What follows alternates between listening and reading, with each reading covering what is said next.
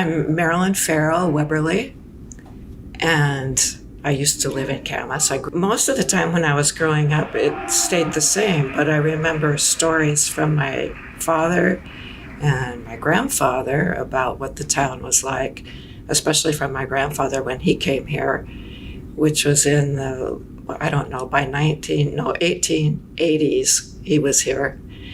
And at the time he worked in the mill, and in 1904 started a store that was like the little house on the prairie store where they had pickles in barrels and groceries and yardage that you could buy to make your own clothes.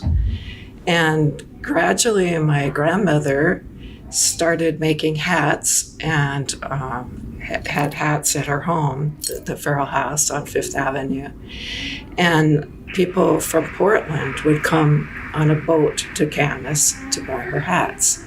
And then in 1904, gradually it became a clothing store, but when it was the grocery store, general store, the delivery truck was a wagon pulled by horses. The street was dirt, and there were board sidewalks so that you could walk down the street without getting in the mud. The changes were much greater for my father when he was growing up than they were for me. So the town looked a lot like it looks now, except there weren't trees down the main street.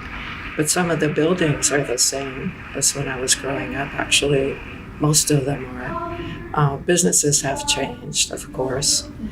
And the theater, there used to be a large sign across the road that said Liberty. It was a metal sign with neon letters. You've probably seen pictures of it. That's been gone for a long time, but it was there when I was little. And my grandparents' home, when their home was built, people in the town thought it was odd that they wanted to live so far in the country. And it's just blocks from downtown now. That was all woods. It's full of houses now. Oh, it's still very nice. It was a wonderful place to grow up. In the summer, I would walk down to the fire station and sign myself up for swimming lessons, which the fire department sponsored, and they were in what we called the Sandy Swimming Hole. I have no idea what it's called now. It was on the Washougal River. Is it still the Sandy Swimming Hole? Yeah. So that was my all-time favorite place in the summer. And every year I signed up for beginning swimming because I couldn't remember what the others were called. And so I thought, well, I'll just take that.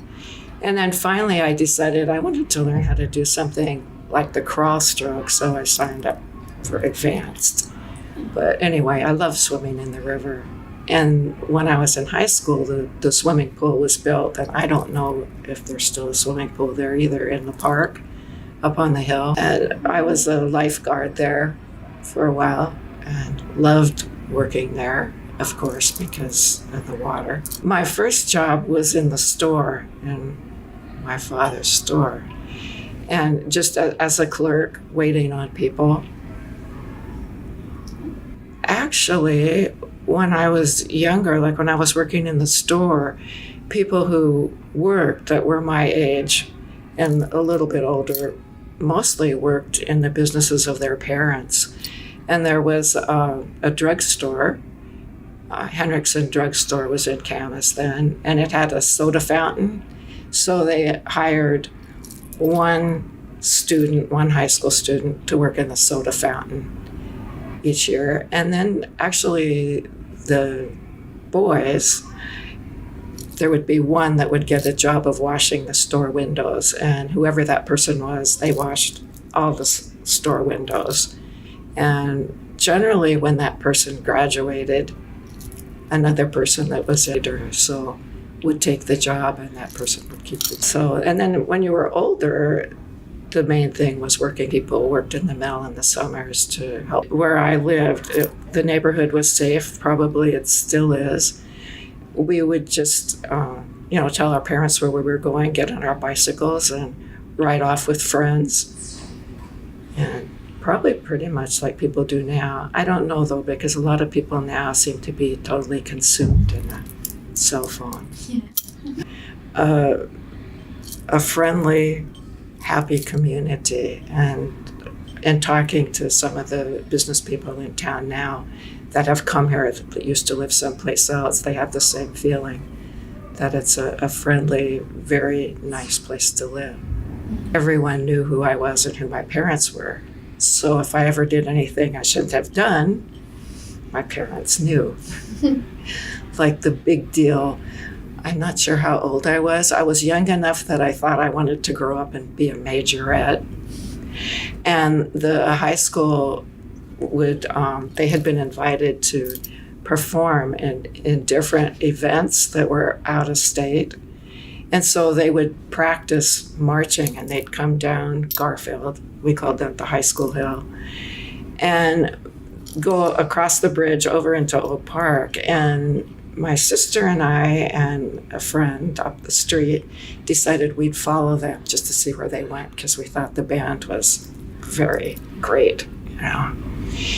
And before I got home, my parents knew where I had been, and I was the graphics for Farrell and Eddie, the logo that was painted on the wall. I don't know if it's still there, and on the door.